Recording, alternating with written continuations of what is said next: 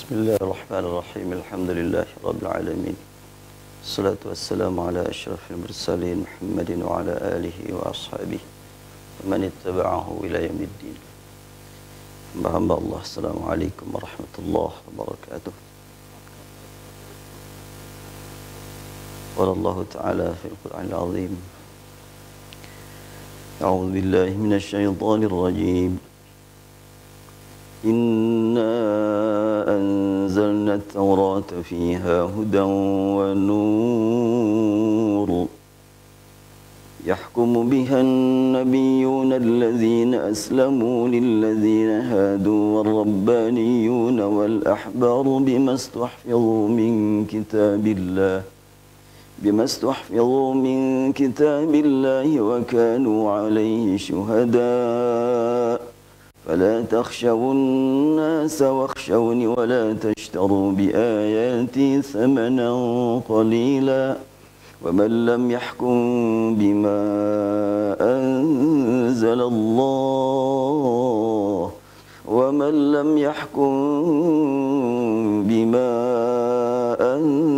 الله فأولئك هم الكافرون.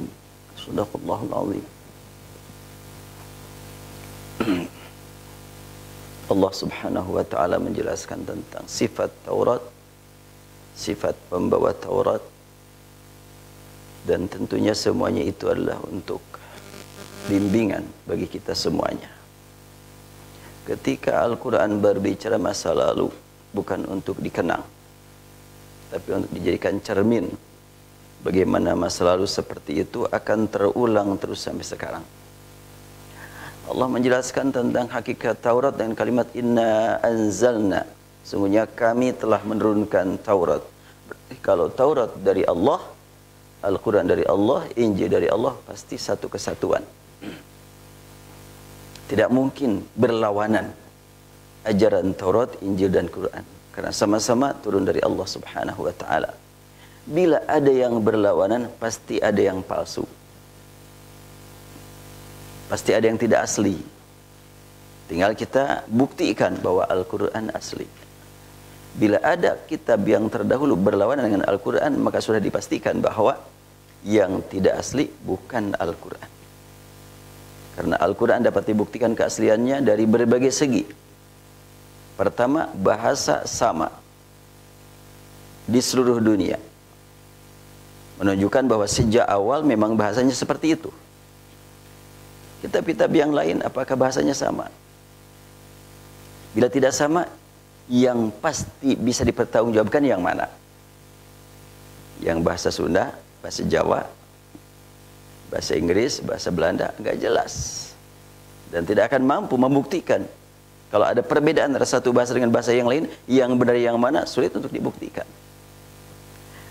Inna anzalna at-taurata fiha hudan wa nur.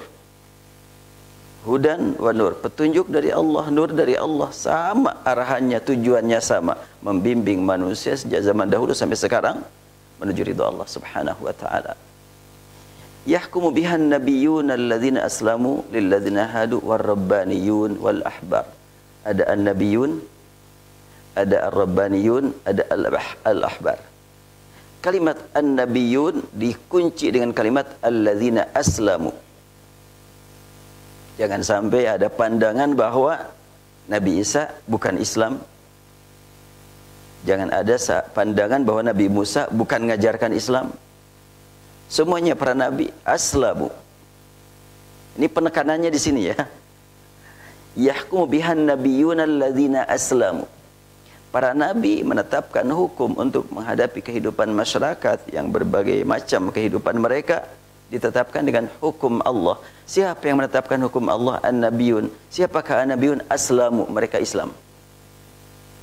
Berislam. Aslamu kata kerja ya.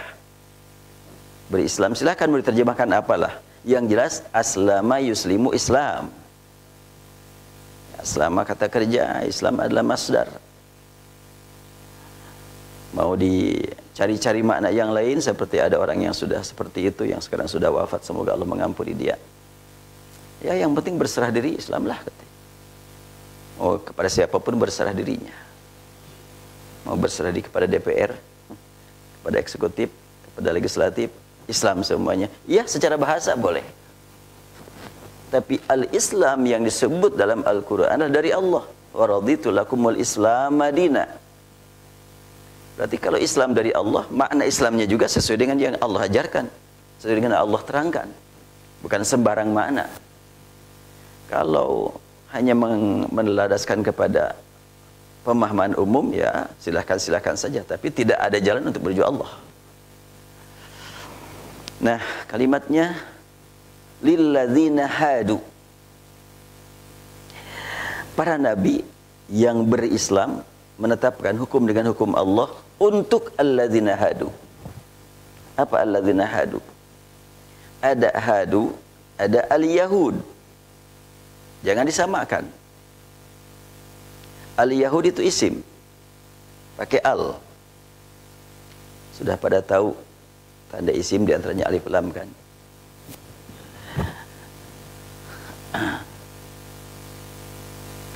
Nah, ketika alladzina hadu itu kata kerja. Hadu bukan nama, tapi kata kerja, pekerjaan. Hada yahudu untuk huwa, untuk hum, yahuduna hadu. Apa artinya hada yahudu? Banyak mana. Ada yang mengartikan hada yahudu seperti hudna ilaik, artinya adalah tubna ilaik, kembali kepada engkau. Engkaunya siapa? Tergantung.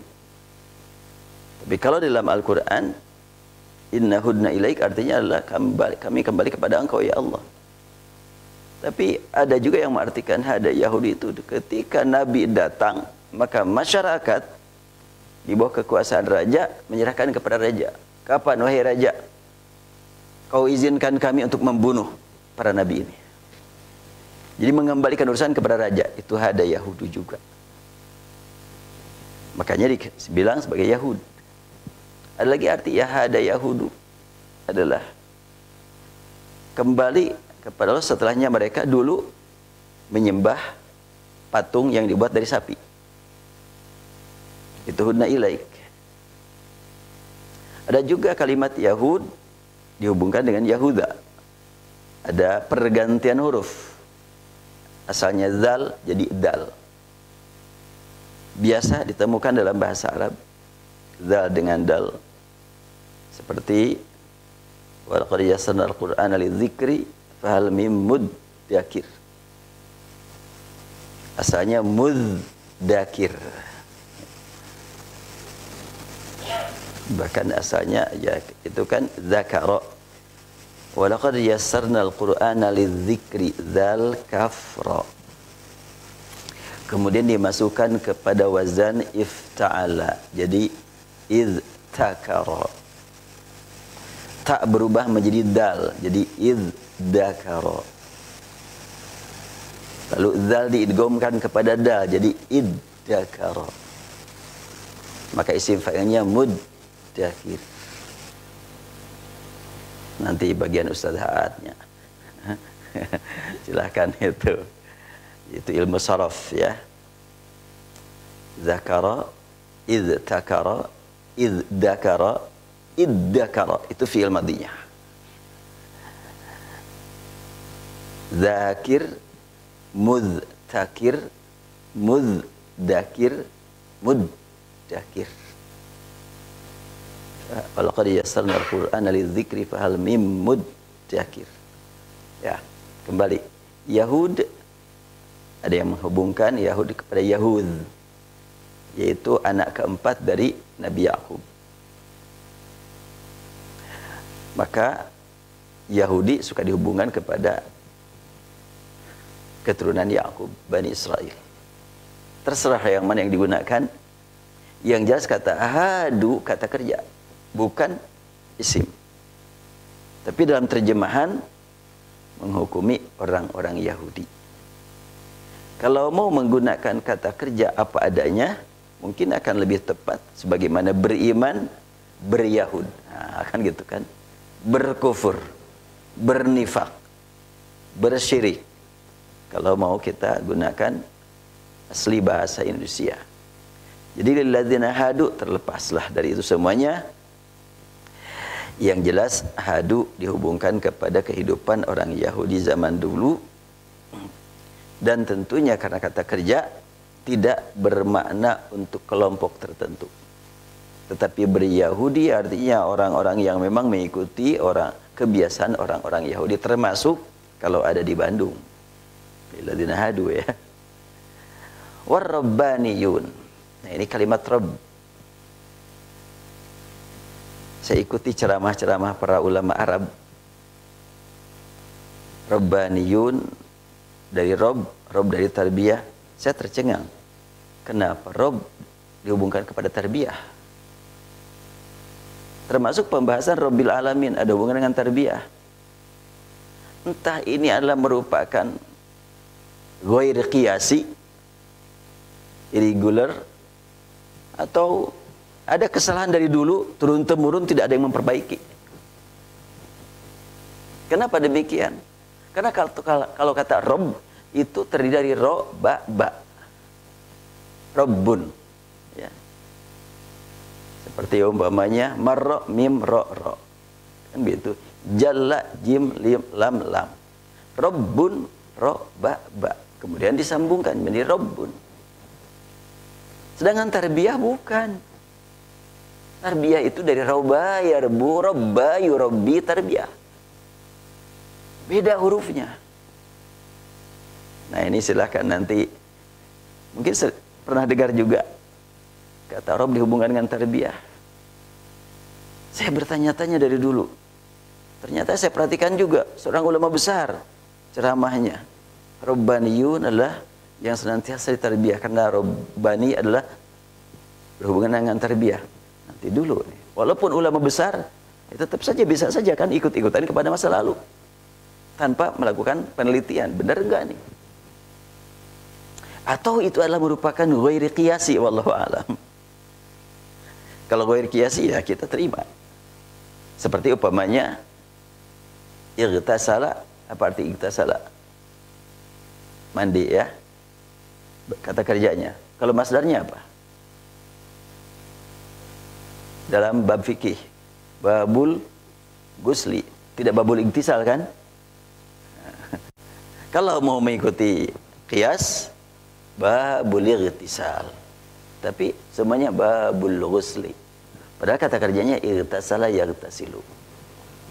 Nah itulah ghair qiyasi. Yang disebut para ulama sharaf namanya ada isim masdar, ada masdar. Kalau irtasala yartasilu irtisalan, irtisalan adalah masdar. Kalau al-ghuslu isim masdar, ya boleh-boleh saja kalau begitu. Seperti safara yusafiru, bepergian. Itu kata kerja. Kalau masdarnya biasanya as-safar, tidak al-musafarah. Padahal kalau memperhatikan susunan safara yusafiru musafaratan wasifaran wasifaran, seperti jihad. Jahada yujahidu jihad, itu adalah memang kiasnya begitu. Tapi kalau safar yusafiru as-safar, berarti itulah isim masdar namanya, kata para ulama salaf.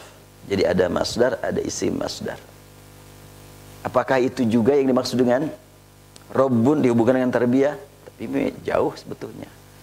Kalau robba 3 hurufnya adalah ro dengan 2 huruf ba, sedangkan tarbiyah adalah ro ba ya atau ro ba waw, roba yarbu, robba yurabbi. Masdarnya adalah tarbiyah, asalnya tarbiyan. Ya yang salah satu dari 2 itu dirubah menjadi ta, jadi tarbiyatan. Jadi tak dalam tarbiyatan itu bukan tak ta'nis atau tak muannas, tapi tak merupakan iwadan anil ya. Seperti dalam contoh yang lain isyaratan, asyara yushiru isyaran. Lalu berubah menjadi tak, salah satu dari 2 huruf, apakah ya atau alif. Isyar, ya dengan alif. Dirubah ya-nya menjadi tak, jadi isyar. Nah, isyaratan. Tarbiyatan juga begitu. Makanya ucapannya jangan tarbiyah, tapi tarbiyah. Kalau orang mengucapkan inilah fakultas tarbiyah, salah, bukan tarbiyah, tarbiyah. Iya, ketelitian bahasa ya. Kalau umpamanya mau pakai sifat al-kulliyatut tarbawiyah, kulliyatut tarbiyah atau al-kulliyatut tarbawiyah. Kalau mau dikasih ya nisbat harus pakai waw, tarbawiyah. Enggak apa-apa, ini agak tinggi sedikit pelajaran bahasa nih ya. Tapi insya Allah kalau yang begini biasanya lebih mudah diingat, karena bukan dalam pengajian ilmu sharaf. Kalau pengajian ilmu sharaf kadang-kadang ngawur kemana-mana gitu kan, mikir ini mikir itu. Tapi kalau pemainnya dalam bahasan yang lain masuk ke sini, mudah-mudahan lebih mudah diingatnya. Kecuali yang ngantuk. Siapa yang ngantuk? Bangunin, bangunin, bangunin. Nah, di belakang ada yang ngantuk nggak, akhwat? Nggak. Yang ngantuk dicubit aja. Ya. Jadi Rabbani, Rabbun itu ro ba ba. Berarti jangan dipastikan. Kalau ada orang yang memang menghubungkan Rabb dengan tarbiyah ya silakan saja. Tapi tidak dipastikan secara mushtaq, secara istiqaq, secara pecahan kata, pecahan huruf, enggak. Apa sih Rabbaniyun? Yang senantiasa berhubungan dengan Rabb, Allah Subhanahu wa taala. Maka war-rabbaniyun adalah ahli ibadah, ahli taqarrub, ahli taat. Di mana itu mereka berada? Mudah-mudahan antum semuanya rabbaniyun. Kan di dalam surat Ali Imran juga ada kalimat rabbaniyun. Gimana surat Ali Imran? Ada yang ingat ayatnya?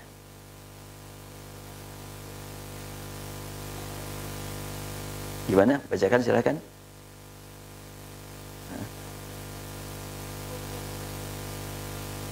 Iya, pun rabbaniyyin. Iya. Jadi ada rabbaniyyin dalam Ali Imran itu sejarah. Sementara di sini ada kaitan dengan kisah yang berpegang dengan kitab Taurat. Diawali dengan kalimat an-nabiyyuna alladzina aslamu lilladzina hadu war-rabbaniyun wal ahbaru. Umumnya mengartikan al-ahbar adalah para pendeta atau para ahli ibadah zaman dahulu. Kalimat ahbar dari habaro itu sama dengan makna tahsin, hassana. Abu Musa al-Ash'ari pagi-pagi mendengar ungkapan Rasulullah sebagaimana yang pernah saya sampaikan beberapa waktu yang lalu. Kata Rasulullah ketika ketemu Abu Musa di pagi hari, ya Abu Musa, lau ra'aita al-barihah laqad utita mizmar min mazamir ali Daud. Wahai Abu Musa, kau enggak tahu ya, tadi malam aku lewat ke rumahmu, sungguh engkau mendapatkan mizmar min mazamir ali Daud, suara kayak suara seruling keluarga Nabi Daud. Kata Abu Musa, ya kalau aku tahu, lahabbartuhu tahbira. Aku tahu engkau bacaanku, biar engkau lama mendengarkan aku membaca Quran. Karena aku nggak tahu, ya biasa-biasa aja. Itu kalimatnya lahabbartuhu tahbira. Ahbar, ha, ba, ro memiliki makna khas. Jadi al-ahbar, orang yang senantiasa menikmati keindahan membaca Taurat, menikmati keindahan hukum-hukum yang ada dalam Taurat, menikmati keindahan komunikasi dengan Allah Subhanahu wa taala, dan menikmati keindahan bagaimana menerapkan hukum Allah dalam kehidupan masyarakat. Al-ahbar. Luas mana al-ahbar. Jadi di sini ada kata kunci an-nabiyun. Nabiyun itu juga perlu dipahami. Nabi itu diambil dari kata nabaun, ya. Makanya qiraat Nafi' membaca yahkumu bihan nabiyun an-nabiyun atau an-nabiyyin, al-anbiya, al-anbiya. Ya ayyuhan nabiyyu lima tuharrim, untuk riwayat Warash.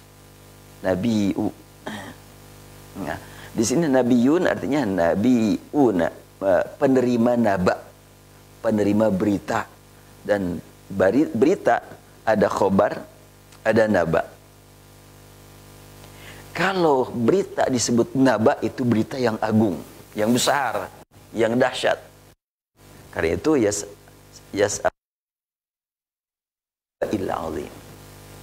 Dan para nabi artinya penerima berita yang tidak sekedar berita, tapi berita yang dapat dibuktikan kebenarannya, perlu mendapatkan perhatian dari masyarakat. Nabi namanya. Nah, nabiyun, hamzah diibdalkan menjadi ya. Ibdal hamzah ya'an. Biasa yu'minun, yu'minun. Itu adalah ibdal hamzah wawan. Jadi wawu, alif, ya biasa tukar-tukar menjadi hamzah, alif menjadi wawu, seperti qawala yaqulu jadi qawla yaqulu kan. Biasa itu. Begitu tanya Arab aja. Itu mah udah kebiasaan mereka begitu. Wal ahbaru bimastuhfidhu min kitabillah wa kanu alaihi syuhada. Nabi, Rabbani, ahbar, semuanya berpegang teguh dengan ajaran yang Allah kanu alaihi syuhada, dan mereka semuanya menjadi saksi atas kebenaran kitab Taurat, atas kebenaran yang dibawa atau yang diajarkan oleh Nabi. Fala takhshawun nasa wala wakhshawni wala tashtaru bi ayati thamanan qalila. Ini penekanannya. Ini kan cerita tentang masa lalu, kitab Taurat, para nabi, an-nabiyun, al-ahbar. Kok di tengah-tengah fala takhshawun nas, kamu wahai orang yang hidup sekarang, janganlah takut kecuali hanya kepada Allah. Fala takhshawun nas wakhshawni. Berarti jelas sekali ayat ini berbicara tentang Taurat, berbicara tentang nabiyun, rabbaniyun, tujuannya kepada kita. Jangan dianggap sebagai kisah lama untuk dikenang, enggak. Fala takhshawun nasa wakhshawni. Kamu jangan sampai merasa takut kepada manusia. Takutilah aku, kata Allah. Takut tidak mendapatkan ampunan, takut tidak diterima ibadah, takut kena murkanya, takut dicabut hidayah. Aduh, itu yang paling berat. Takut tidak mendapatkan istiqamah. Fala takhshawun nas. Maka ketika kita menemukan fala takhshawun nas, khasyah itu ada khauf, ada khasyah ya. Ada rohbah, ada wajal. Nah, itu semuanya ada dalam Al-Quran. Wajilat qulubuhum fala khaufun alaihim. Kemudian akhshawni wala fala takhshawun nas wala takhshawni. Kemudian ada lagi, ada wajal, ada khasyah, ada khauf. Ada apa lagi?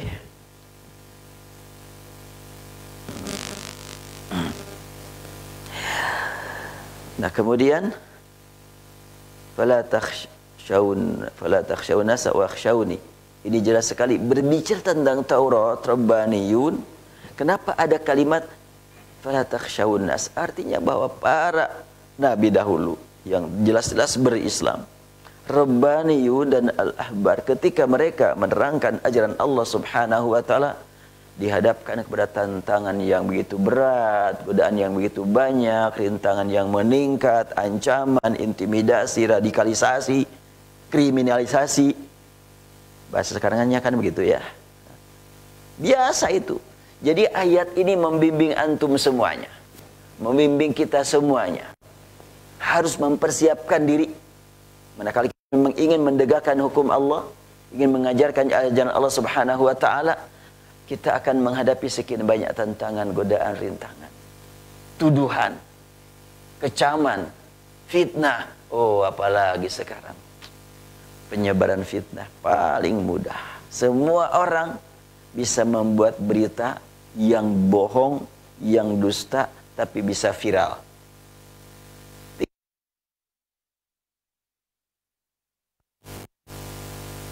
Makanya kita mohon kepada kita. Sudah jelas tantangan dari dulu banyak sekali. Fitnah sudah biasa. Ya, saya juga pernah mengalami. Pernah mengalami di fitnah melalui media. Dan orang berdatangan, gimana Ustaz? Jawab batu. Saya bilang, nggak ada artinya menjawab dengan lisan, dengan tulisan. Jawab dengan amal sajalah. Kalau dijawab dengan amal, guna buat kepentingan masyarakat, Allah yang akan membantah mereka, bukan kita. Kalau menjawab dengan lisan, dengan tulisan, capek kita. Yang menyerang lebih banyak daripada yang kita bela. Kita membela cuma dengan satu lisan. Sementara yang menyerang banyak. Udah, jangan dilawan. Udah. Lebih baik kita juga dengan amal. Kalau dijawab, ternyata kita terbawa berita. Ternyata beritanya salah. Kan bisa begitu tuh. Ini bekal utama buat antum semuanya. Boleh jadi kan antum juga mendapatkan ujian dari Allah Subhanahu wa taala. Kita jangan takut diuji, tetapi mohon kepada Allah kekuatan menghadapi ujian. Sebab kalau takut sudah menderita, belum apa-apa sudah menderita. Takut ada ujian. Kan ada orang yang berkata, ya orang itu akan diuji dengan perkataannya, makanya jangan ngomong. Udahlah, bisu aja tuh. Gak demikian sebetulnya. Kita mohon kepada Allah Subhanahu wa taala agar ujian yang ditimpakan kepada kita sudah Allah berikan kemampuannya, kekuatannya kepada kita. Dan bila memang tidak mampu, kita mohon kepada Allah, jangan Allah berikan kepada kita ujian yang kiranya tidak mampu kita pikul. Doanya jelas sekali di akhir surat Al-Baqarah. Fala takhshawun nasa wakhshawni wala tashtaru bi ayati thamanan. Kita perhatikan kalimat ini. Wala tashtaru. Kalimat istaru, tashtaru artinya membeli kan. Walaupun dalam terjemahan yang ada tashtaru jangan menukar. Ya memang jual beli kan menukar ya. Wala tashtaru bi ayati. Janganlah kamu membeli dengan ayat-ayatku. Samanan qalila. Harga yang sederhana, harga yang murah. Oh, jadi kalau harga mahal boleh? Apa itu maksudnya? Bukan. Semahal-mahalnya kehidupan dunia sangat hina, sangat murah dibanding dengan ayat Allah. Ya, itu maknanya.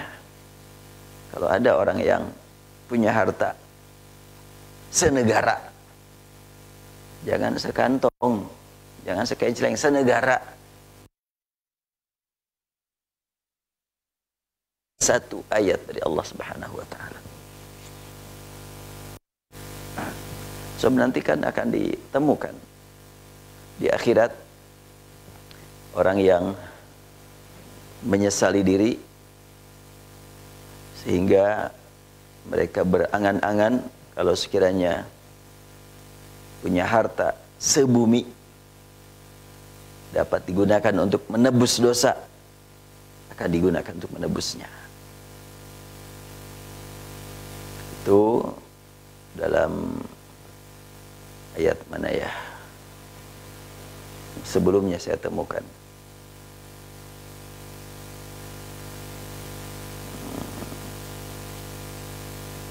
Nah, lupa lagi nih.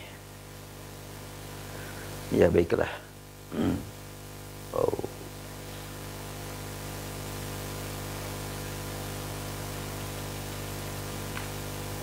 Ketemu ya biarlah. Nah, jadi kalimat wala tashtaru bi ayati thamanan qalila. Janganlah kamu membeli dengan ayat-ayatku. Membeli apa? Ya membeli jabatan, membeli kedudukan, membeli kendaraan. Sekarang ini ada itu orang yang memang pandai berbicara dan dia menyerang Al-Quran, menyerang umat Islam. Konon kabarnya dengan menyerang umat Islam, dia dapat hadiah Lamborghini. Tapi mau dipakai di mananya? Mobil yang mahal-mahal begitu buat apa pula gitu? Gak punya arti. Makanya qalila. Kalau sekiranya orang merasa, oh enggak ini enggak sedikit, ini banyak sekali. Tapi sebetulnya kamu enggak akan puas kok. Pasti akan ingin tambah lagi. Oh saya mau puas. Baik. Kalau engkau berkata banyak, engkau berkata puas relatif. Tetapi tidak bisa dibantah. Engkau akan menikmati cuma sebentar. Mau membantah? Hanya sebentar menikmatinya. Sudah umurnya sebentar, waktu memanfaatkan kenikmatan lebih sebentar lagi. Saya pernah naik ke Puncurut di atas ya. Puncurut sebelah mana? Sebelah sana ya. Naik ke Puncurut. Dari atas melihat di bawah ada perumahan-perumahan bagus gitu. Saya ngobrol di atas dengan orang sana. Ini rumah siapa nih bagus-bagus? Ya villa-villa biasalah yang punya orang Jakarta, orang Bogor. Oh iya, mereka suka ke situ. Ya paling-paling kalau mau berlibur baru ke sana. Tapi di situ ada yang ngisi. Ada yang ngisi. Siapa yang ngisi? Ya petugas kebersihan. Jadi villa-villa bagus diisi oleh petugas kebersihan. Tugasnya membersihkan villa.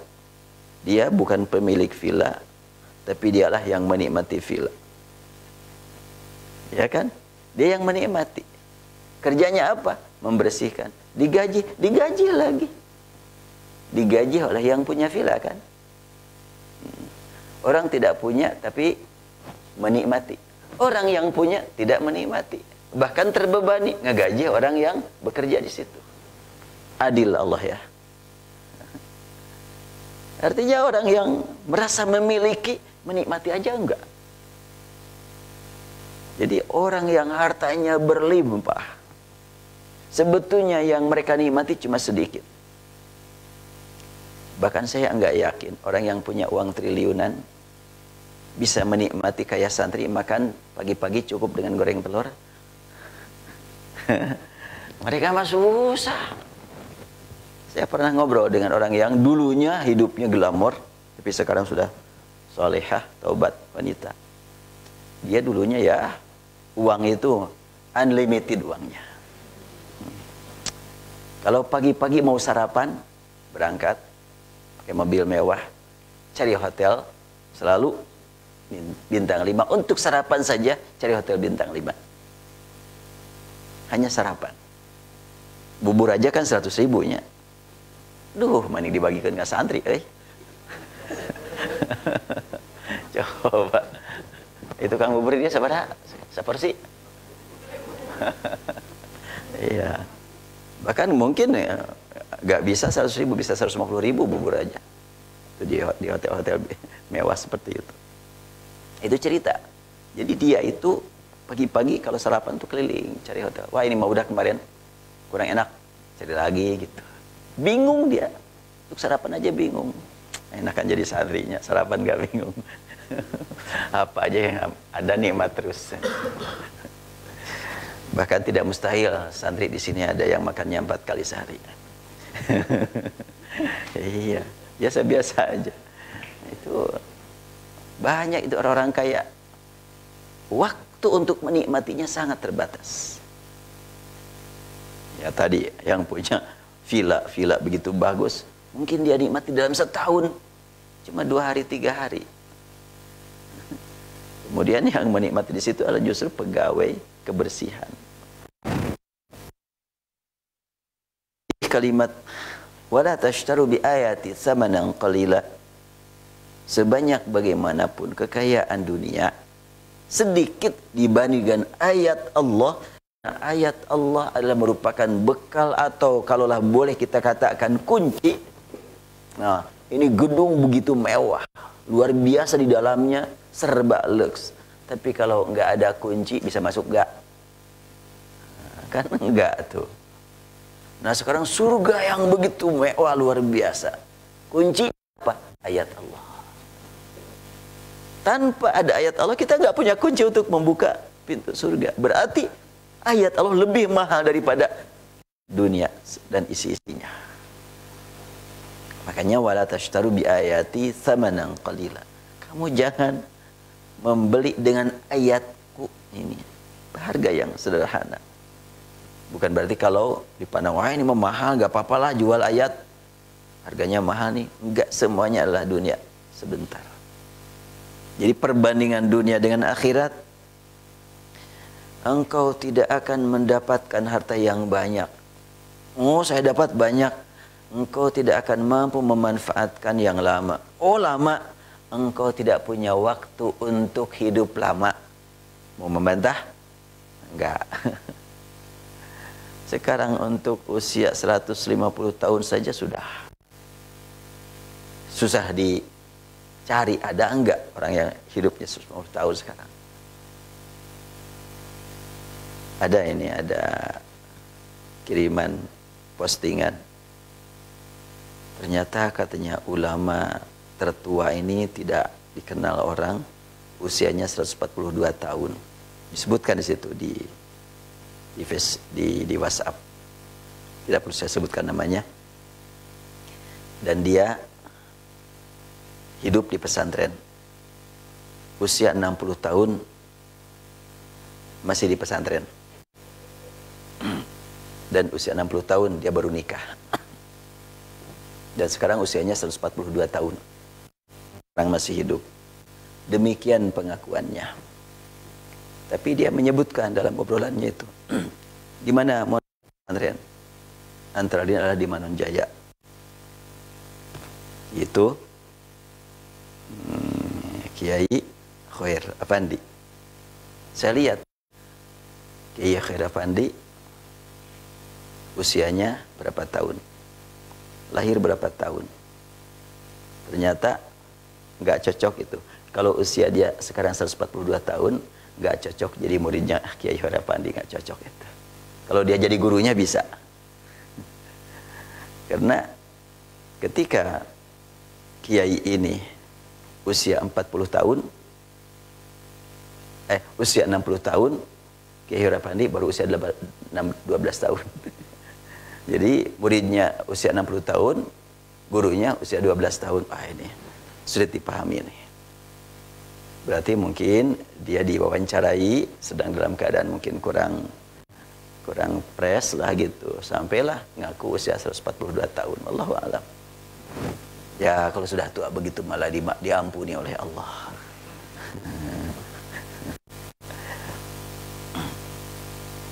Baik, saya lanjutkan.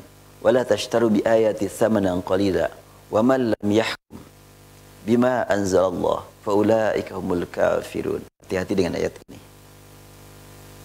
Kenapa? Banyak orang yang menggunakan ayat ini untuk memvonis orang lain. Tidak pernah ditujukan kepada diri sendiri. Padahal kalimat man itu bisa untuk seorang, bisa untuk orang banyak, bisa untuk rakyat, bisa untuk pemimpin. Kecuali kalau kalimatnya bukan waman lam yahkum, tapi wal umara'ul ladzina la yahkumuna bima anzalallah fa ulaikumul kafir. Boleh lah itu hanya untuk pemimpin.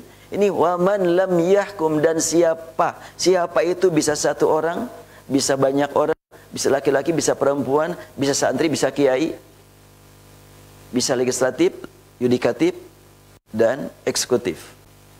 Ya sekali-kali begini itu harusnya tahu nih santri ya. Pemerintahan itu terdiri dari eksekutif, yudikatif, legislatif. Apaan tuh?